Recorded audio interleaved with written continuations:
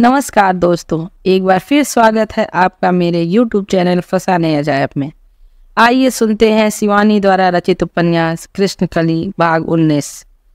वह उसके कानों के पास चेहरा सटाकर फुसफुसाने लगी। माया नहीं है काबुली वाले, यह तो मैं हूँ कली। फिर वह बचकानी हंसी हंसती उसके कंधे के पास अपना सिर ले आई। क्रमशः निकट आती उसके मंद स्मित की सुरसुरी प्रवीर की रीढ़ की हड्डी को सुरसुरा गई। इतनी रात को उसके कमरे में वह दुरंत लड़की किसी खुले छिद्र से आंधी के अबाध्य झोंके सी घुस आई थी। डरो मत काबुली वाले, तुम्हें खा नहीं जाऊंगी, लो यह देने आई थी। वह उसके सामने खड़ी हो गई। अस्पष्ट धुंधलके में वह छपे ड्रेसिंग गाउन के नीलाभ थैले में डूबी दो बालिका सी पतली बाहों को ही देख पाया था। लो, उसने जेब में से कुछ निकाल प्रवीर की हथेली जबरन खींचकर थमा दिया। काठ बनकर बैठा प्रवीर चौंक उठा। बस घुमाए काबुल का अंधार, पर रहे बुद्धू के बुद्धो। कमनीय कपोलों की मदमस्त मलय कस्तूरी की पिचकारी जैसे किसी ने खींचकर प्रवीर की कनपटी पर मार दी। वह तिलमिलाकर पीछे हट गया, पर हिप्नोटिक ट्रांस में ढुलकती मीडियम सी कली उधर ही लचक आई। किसी अनजान कुंवारी सोई लड़की के पलंग पर किसी अविवाहित तरुण की अंगूठी मिले तो मामला रादर सेडी लगता है, क्यों है ना? पर मैं समझ गई थी कि यह किसी अनाड़ी की पहली बार अनभ्यस्त उंगली पर पहनाई गई अंगूठी ही है। वैसे चाहती तो दुष्यंत किसी इस अंगूठी को बिना भुना चेक ब्लैकमेल मार्केट में ऊंचे दामों में भुना सकती थी, पर वह फिर किसी अदृश्य किन्नरी सी दैवी मुस्कान से प्रवीर को मूक बना गई। पर तुम कली को जितनी नीच समझते हो ना, वो उतनी नीच नहीं है। वैसे सच पूछो तो केवल अंगूठी लौटाने में यहाँ नहीं आई हो। उसका कंठ स्वर ट्रांसमीटर फेल हो गया। रेडियो से विलीन होते स्वर की ही बात कुछ क्षणों तक विलीन हो गया, फिर मोहक अदर कानों से सट गए। शायद वह उस संभावना की ओर भी सजग थी कि दामोदर के अदृश्य टेप रिकॉर्डर का ताना बाना कहीं आसपास ही बिखरा हो। जानते हो क्यों आई हूँ? प्रवीर सर्वांग थरथरा उठा। क्यों? वह तीव्र पहाड़ी नाले के बैग में बहे जा रहे कठोर शिलाखंड सा अपनी समग्र कठोरता खोता जा रहा था। यह निश्चय ही इस लड़की की जाति थी। लगता था आज भी उसे कल की बात उठाकर कमरे में बंदनी बनाना होगा। तुम सोच रहे होगे मैं कल नशा किया था। हाँ किया था। जानते हो क्यों? वह और भी निकट सट गई। विदेशी सुगंध क्या ऐसी सकारात्मक होती है? सुगंधित केसों का मृदु स्पर्श कुछ क्षणों के लिए प्रवीर को फिर काट बना गया। मेरी नौकरी ही ऐसी है काबुली वाले, कभी ताज के बाल रूम, क्रिस्टल रूम और कभी शमशान का सन्नाटा। उस दिन अपने विदेशी अतिथियों को लेकर जाना पड़ा शमशान। पहले जो फिरंगी भारत के राजा महाराजा हाथी हौदे देखने आता था, वो अब भारत के कंकाल और चिताएं देखने आता है। अब वही मुर्दों की खोपड़ी का पोलो खेलना चाहता है। अब भागा दिन भर कल जलती चिताएं देखती, लौटने लगी तो लगा कि कोई पीछे पीछे आ रहा है। जलते नाखून और बालों की दुर्गंध नथनों में ऐसे भरकर रह गई थी कि all the perfume of Arabia सूंघकर भी शायद नहीं जाती। वह फिर हंसकर अलस मखमली पर्शियन बिल्ली की सी प्रवीर से सट गई। क्षण भर पहले शाखा सिंदूर में दमकती जिन दो सौभाग्य सुंदरियों को चिता में विवश कोयला बना देखा था, वह जैसे दांत निकाल निकाल कर मुझे धमकियां देने लगी। जा तो सही घर, अकेले कमरे में आज शमशान प्रवेश का मजा चखा देंगी। सहम कर मैं पाल से एक गोली मांग लाई। कहता था मुख में धरते ही एकदम बैकुंठ दर्शन। बाप रे बाप, मैं क्या जानती थी कि ऐसा घातक पोटेशियम साइनाइड है। चाबी हाथ में धरकर गोली खाई कि कमरा खोलकर सो जाऊंगी, पर वहां तो सहस्त्रों यमदूत खींचकर साथ ले गए। बेंच पर लुढ़की थी, बस इतना ही याद रहा। यह अंगूठी न मिलती तो शायद जान भी नहीं पाती कि कौन महामानव बिस्तर पर सुला गया। पर आज गोली नहीं है, तब से कमरे में ऐसी ही बैठी हूँ, देखो छूकर। उसने अपनी बर्फ सी ठंडी हथेलियों में प्रवीर के हाथ जकड़ लिए। अब मैं नहीं जाऊंगी। पहले सोचा माया को जगाकर उसके पास जाऊं, पर वहां क्या वो अकेली होगी? और जया, बाप रे बाप, उस कमरे से तो मैं शमशान में जाना पसंद करूंगी। अम्मा के कमरे में बाबूजी होंगे। पूरे घर में एक तुम ही ऐसे हो जिसके पास कुछ दिनों तक आ सकती हूँ। तुम आराम से सो जाओ। Good night and sweet dream. वह दुष्टता से हंसती और पतली रस्सी पर साइकिल चलाती किसी नटनी सी सर्कस सुंदरी की लचीली छलांग में पतली टांगें साधती, लंबी कुर्सी की फैली बाहों पर पैर रखती, उसकी गद्दी में पालतू बिल्ली की सी अंग समेटकर सो गई। प्रवीर हतबुद्धि सा बैठा ही रह गया। कैसी लड़की थी यह? निश्चय ही वह नॉर्मल नहीं थी। आधी रात को उसके कमरे में आकर कैसी अधिकारपूर्ण मुद्रा में सो रही थी, जैसे वही उसकी पत्नी हो। नित्य पूजा करके अम्मा उसके कमरे में चाय का गिलास लाकर धर जाती थी। उस कल्पना मात्र से ही वो पसीना पसीना हो गया। क्या उस छोकरी को सचमुच इतनी जल्दी ही नींद आ गई थी, या उसे चिढ़ाने वो जानबूझकर ही गहरी सांसें छोड़ रही थी।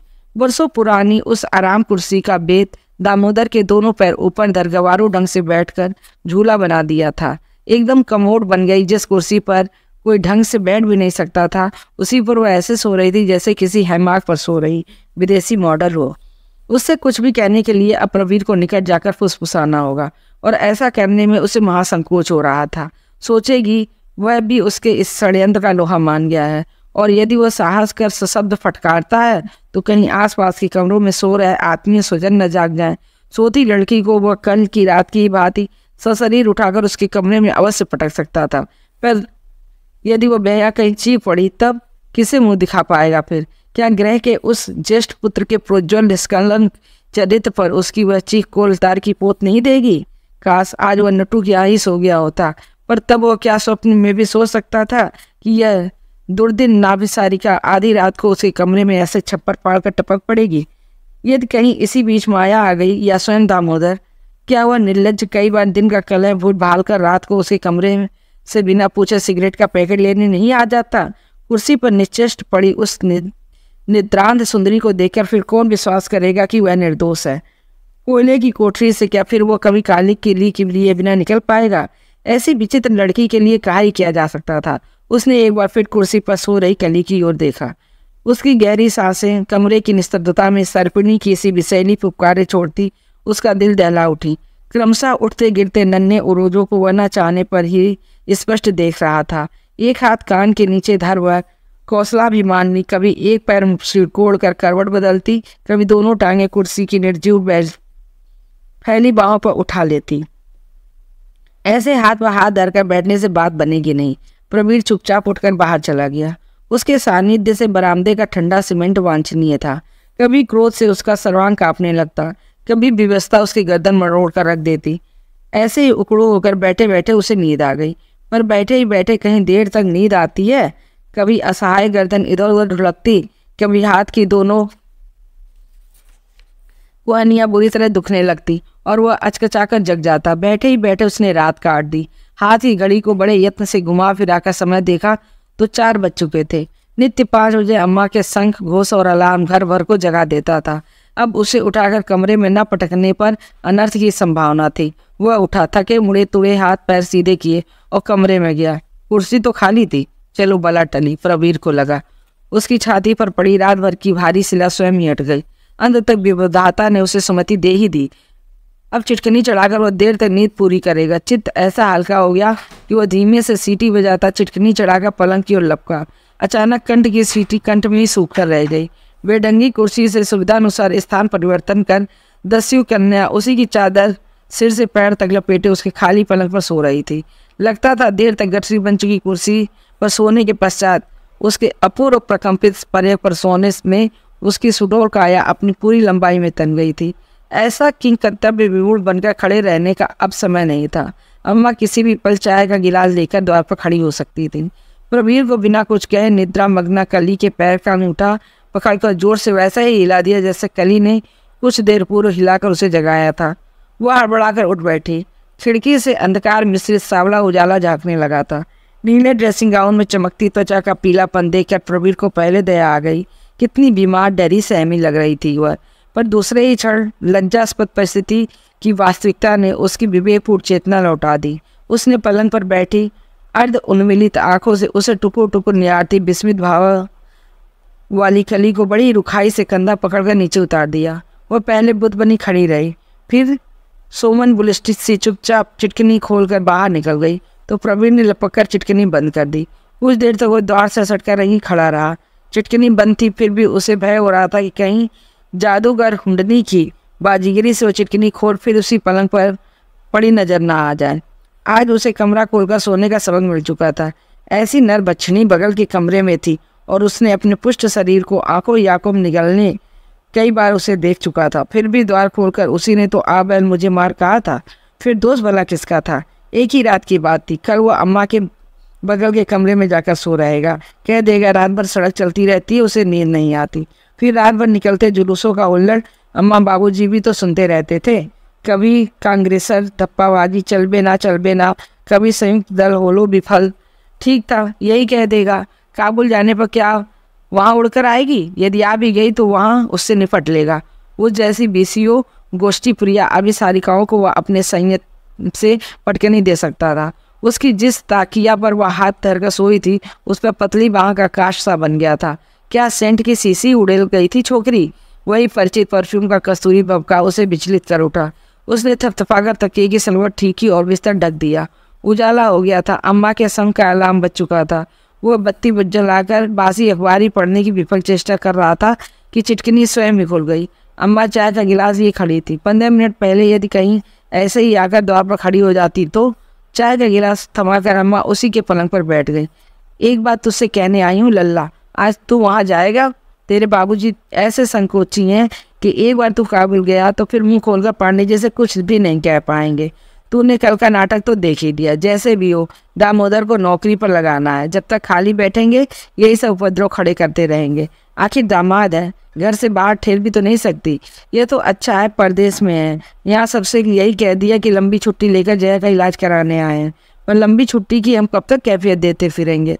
और बात है बेटा, अम्मा रुआसी हो गई। आज उन्होंने विवाह की तिथि बतलाई तो टालम टूल मत करना। अपने ही मामा को देख ले। शुभ कार्य जहाँ एक बार टला तो टला। प्रवीर के मामा का दुखद दृष्टांत उसे पहले भी कई बार दिया जा चुका था। 15 वर्ष पूर्व उनकी न जाने किस कुघड़ी में हुई सगाई उसी स्टेज में ठप होकर रह गई थी। मामा ने बड़े जोश में आकर पहली तिथि स्वयं ही टाल दी थी। पहाड़ में कोर्टशिप नाम की कोई चीज भी नहीं है। उन्होंने दोनों भांजों को प्रभावित कर दिया था। चट मंगनी और पट गया। हमें यह सब पसंद नहीं। मामा एक लंबे अरसे तक विदेश में रहकर लौटे थे और विदेशियों की ही बात विवाह के पूर्व कुछ समय तक रोमांटिक गोताखोरी का आनंद उठाना चाहते थे, किंतु रसवंती गोताखोरी की पहली डुबकी में बेचारे ऐसे डूबे कि फिर ऊपर नहीं आ पाए। पहले वर्ष प्रवीर के नाना की मृत्यु ने विवाह तिथि टाल दी। दूसरे वर्ष स्वयं मामा को ऐसा विषम सन्निपात ज्वर हुआ कि चांद गंजी हो गई। वैसी गंजी सूरत पर सेहरा कैसे बनता। तीसरे वर्ष मामा किसी सरकारी पुल निर्माण योजना के प्रमुख इंजीनियर नियुक्त हुए थे। उस भीमकाय सेतु की नींव उनके कुछ बेईमान ठेकेदार दीमक बने और न जाने कब से चाट रहे थे। भरभरा कर लोहे का एक पूरा खंभा मामा के सिर पर गिरा। प्राण बच गया किंतु अर्धांग चला गया। पक्षाघात से पंगु बने मामा फिर चीर कुमार ही बने रहे। कौमार कवचधारणी अधूरी मामी सीमावर्ती क्षेत्र के किसी मोबाइल स्कूल की अध्यापिका बन एकदम मर्दानी बन चुकी थी। पिछले वर्ष अपने स्कूल गाइड की टोली लेकर कलकत्ता आई तो प्रवीर पहले उन्हें पहचान ही नहीं पाया। प्रकृति से जूझ कर क्या कोई उसे पराजित कर पाया है? जो जितने अमानवीय धैर्य से उससे बढ़ता है उसे उतना ही कठोर दंड देकर प्रकृति पराजित कर देती है। ये वही मामी थी जिन्होंने बीसियों पहाड़ी लड़कियों को नापसंद कर मामा ने पसंद किया था। दुबली छरहरी पहाड़ी किशोरी जिसने कभी पहाड़ की परिधि नहीं लांगी। इसी से गालों पर थी स्वाभाविक लालिमा, चेहरे पर निर्दोष शिशु की लुनाई। अब वही गोरा रंग स्याह पड़ गया था। मर्दाने ट्वीट का लंबा कोट, क्रिप्सोल के मर्दाने जूते और आकारहीन शरीर पर ऊंची बंदी साड़ी, ठुड्डी पर एक नए टापू से उगाए मस्से पर दाढ़ी के गुच्छे का गुच्छा झूल आया था जिसे वे अभ्यासवश बार बार मरोड़ती रहती थी। अम्मा ने सोच में डूबे प्रवीर की पीठ पर हाथ धरा तो चौंक पड़ा। पता नहीं क्या क्या ऊट पटांग बातें दिमाग में आने लगी थी। क्या पुन्नी भी कभी वैसी ही हो जाएगी? मैं चलती हूँ लल्ला, आगा पीछा सब सोच के चलना होगा। इसी से सोचा है कान में तुझे पकड़कर मन की बात कह ही आऊँ। अम्मा उसे सीख देकर चली गई। वैसे यदि सीख न मिलती तो वह स्वयं ही पांडे जी की ओर निर्धारित तिथि स्वीकार करने का निश्चय कर चुका था। कल रात की घटना उसे सहम आ गई थी। अब वह जमाना नहीं रहा। अब कुंवारी लड़कियां समाज के नर व्याघ्रों के भय से सहम कर स्वयं ही अवलंब रूप में पति के स्कंद के लिए मनौतियां मांगती थी। अब तो मर्यादाशील किसी भी पुरुष को श्रृंगारिका आदमिका अपनी स्वर्ण मृग चर्म से छल सकती थी। वह बरामदे में गया तो कली के कमरे में बंद पड़ा सा ताला लटक रहा था। वो निशाचरी क्या दिन भर इधर उधर डोलकर भी रात को देर तक जगी रहती थी। पांडे जी के यहाँ चाय का निमंत्रण निभाने जाना है। वह माया, अम्मा और स्वयं बाबूजी कई बार आकर उसे याद दिला गए। वह जाने में प्रवीर को बहुत संकोच हो रहा था। अपने मुंह में वो भला दामोदर के सस्पेंशन का अप्रिय प्रसंग छेड़ेगा ही कैसे? कहीं पांडे जी यह न समझने लगे कि दामाद कलाई पकड़ते ही पोचा पकड़ने लगा है। उनसे उसका परिचय था ही कितने दिनों का। पर वहां पहुंचते ही उसके भय की बेड़ियां स्वयं कट गई। कुन्नी की बड़ी बहन मुन्नी पति सहित पहाड़ से आई थी। गोरी, लंबी, बड़ी बड़ी आंखों वाली इस मुखरा सालीन ने वातावरण को एकदम स्वाभाविक बनाकर स्वयं ही अप्रिय प्रसंग को छेड़ दिया। वो बड़े पापा की बेटी ही नहीं थी, लखपति ससुर की पुत्र वधू हुए थे। इसी से ससुर गृह के ऐश्वर्य ने लावण्य को स्वाभाविक गरिमा प्रदान कर जिह्वा को प्रगल्भा बना दिया था। वह बात बात पर मंत्री जी की बड़ी आत्मीयता से छेड़ती, ऐसे गुदगुदा रही थी जैसे उनकी सगी मोहलगी भतीजी हो। सोफे के कोने में बैठा मुन्नी का सावला गोल मटोल पति मुखरा पत्नी के रौबदार व्यक्तित्व के आंचल में ही दुबक कर रह गया था। देखिए अंकल, वो कहने लगी, मेरी शादी में तो आपने इलेक्शन का बहाना बनाया, अब देखो कुन्नी की शादी में कौन सा बहाना बनाते हैं। पर देखिए, आप आए हैं और आए या ना आए, कुन्नी की वेडिंग प्रेजेंट तो आपसे हम एडवांस में ही धरा लेंगे। लड़की के हीरो से दमकते कर्णफूल की सप्त किरणों की सर्च लाइट से बेचारे मंत्री जी की आंखें चौधी आ गई। मुन्नी के अपने शरीर को छोड़कर सब कुछ इम्पोर्टेंट था। कान, हाथ के हीरे उसके डैडी विदेश से लाए थे। हाथ की घड़ी उनकी पिछली विदेश यात्रा का तोहफा थी। कार्डिगन पिता के एक राजनीतिक मित्र ने ला दिया था। साड़ी का बैमवर्क जॉर्जेट एक दूसरे मित्र की धोती के भीतर लंगोट बनकर आया था। उस पर मुन्नी उस अलभ्य कठिनता से जुटाई गई प्रधान सामग्री का समुचित उपयोग करना भी जानती थी। मंत्री जी बेचारे थे गंवई गांव के आदमी। दादी, नानी, चाची, ताई को भैंसे धोते ही देखा था। पत्नी को अच्छी अच्छी साड़ियाँ लाकर भी देते थे, सत्यानाश करके रख देती थी। मुन्नी के मीठे आदेश को उन्होंने सिर आंखों पर झेल लिया। कहो बेटी, कौन सा उपहार चाहिए? उन्होंने हंसकर कुन्नी से पूछा। वाह भला, हुआ क्या अपने मुंह से मांगेगी? थैंक गॉड, अभी हम सब घर के ही तो लोग हैं, आइए मैं बतलाऊं। मुन्नी उन्हें बाह पकड़कर एकांत में खींच ले गई। एक तो आपको कुन्नी के पति की बदली दिल्ली करानी होगी, उन अफगानियों के बीच हमारी कुन्नी सूख कर रह जाएगी। और दूसरे इनके ब्रदर इनला हैं दामोदर, IPS के आदमी हैं पर सस्पेंड कर दिए गए हैं, उन्हें भी ठीक करवाना होगा आपको। वह फिर उन्हें पिता के पास खींच कर लाई और कहने लगी, देखिए अंकल, एक सूत्र आपको मैं और थमा दूं। उस प्रदेश में विजिलेंस कमीशन के लिए जिनका नाम प्रस्तावित हुआ है, उनमें से एक आपके पार्लियामेंट्री सेक्रेटरी का साला है। ठीक है, हो जाएगा। मंत्री प्रबल चुटकी बजाकर सोफे पर बैठे तो सोफे का पूरा स्प्रिंग भीतर धंस गया। देखिए अंकल, ये मंत्रियों वाला हो जाएगा तो नहीं है ना। शादी से पहले ही आपको सब कुछ करना होगा। घर की मनहूसी में शादी ब्याह की सनाई क्या खाक अच्छी लगेगी? पांडे जी ने आंखों ही आंखों में सवासी देकर बूढ़ी पुत्री को काल्पनिक पुष्पहारों से लाद दिया। काश उनकी यह डिप्लोमेट लड़की लड़का होकर जन्मी होती। इकलौते पुत्र से उन्हें रत्ती भर आशा नहीं थी। न जाने कितनी ट्रांस बस जलाकर वो पिता को हृदय रोग का अमूल्य उपहार दे चुका था। पिछले सप्ताह अपने पिता का पुतला जला उसने विद्यार्थी वर्ग में सर्वोच्च स्थान प्राप्त कर लिया था। जीवनावस्था में ही योग्य पुत्र द्वारा इस पिंडदान का कारण था उनकी कुर्सीधारी नेताओं से मित्रता। बीच बीच में उन्हें डरा धमका अपनी अनामी पार्टी चली वह पिंडारी डाकू की क्रूरता से थैली भर रुपयों की वसूली कर फिर वीरान घाटियों में खो जाता। कुन्नी उस दिन अपनी बड़ी बहन की तुलना में शांत बैठी थी। कभी कभी वह अपनी आंखें प्रवीर के चेहरे पैसे गड़ा देती कि वह खिसिया जाता। दूसरे ही क्षण उसके सम्मुख को मिठाई नमकीन की प्लेटों का अंबार लगा देती। क्यों री कुन्नी? मुन्नी ने छोटी बहन को हंसकर टोक दिया। क्या अपने दूल्हे को खिला खिलाकर टुम्बा बना देगी? शादी से पहले ही कहीं तो न निकल आए। जरा उसकी बेस्ट लाइन का ध्यान रख, समझी? एक तो हमारे पहाड़ के शादी ब्याह में दूल्हे को वैसे ही कार्टून बनाकर धर देते हैं। मेरी शादी का मुकुट कैसा था, याद है ना डैडी? सामने से गणेश जी के पीछे से जालिम लोशन का विज्ञापन। मंत्री जी भी होकर हंसने लगे। हमने चाय कप की पी ली और 2 अतिथि भी आए नहीं। न विद्युत रंजन आया न लॉरेन। मैं बताऊं डैडी? मुन्नी ने गप से एक पेस्ट्री मुख में डाली। मुझे लगता है रंजन काका लॉरेन आंटी को अपनी गाड़ी में ला रहे होंगे। बेचारी लॉरेन आंटी को गाड़ी का तो सुना, लखनऊ में पकड़ पकड़ कर जला देते हैं। अच्छा, मंत्री जी लॉरेन को बरसों से जानते थे। आंटी को नेम प्लेट पर कोलतार पोतने लगे तो उन्हें गुस्सा आ गया। अंग्रेजी में ही आंटी ने भाषण झाड़ दिया। बस फिर क्या था, पूरी गाड़ी ही हाथ से निकल गई। पता नहीं क्या हालत हो गई है देश की। पांडे जी का खिन्न स्वर शायद अबोध पुत्र के लिए भी मुख क्षमा याचना कर रहा था। आप बताइए भला, क्या इस लिपा पोती से अंग्रेजी देश से चली जाएगी? निकालने के तौर तरीके और होते हैं। अब आप ही लोगों ने अंग्रेजों को देश से निकाल कर बाहर किया तो कौन सी कोलतार पोती थी? मंत्री जी को सहसा अपने सिर पर पड़ी लाठियां और गोरे सिपाहियों की ठोकरें याद हो आईं। उनकी छाती रिक्रूटमेंट सेंटर में खड़े किसी रंगरूट की छाती की बात तनकर निकल आई। बड़ी गर्वपूर्वक दृष्टि से उन्होंने इधर उधर देखा। सारी बहस के बीच एक मूर्ति उदासीन होकर सोफे के कोने पर बैठी थी।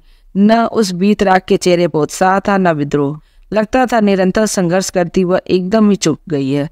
पहली बार प्रवीण ने उन्हें देखा, तब भी कुन्नी की माँ ऐसी ही चुपचाप थी, और आज भी कहीं न कहीं उसने भारी आघात पाया है। यह प्रवीण से छिपा ना रहा। लीजिए, लॉरेन आंटी आ गई। मुन्नी स्वागत के लिए बढ़ गई। मैंने कहा था ना, रंजन काका की गाड़ी में आ रही होंगी।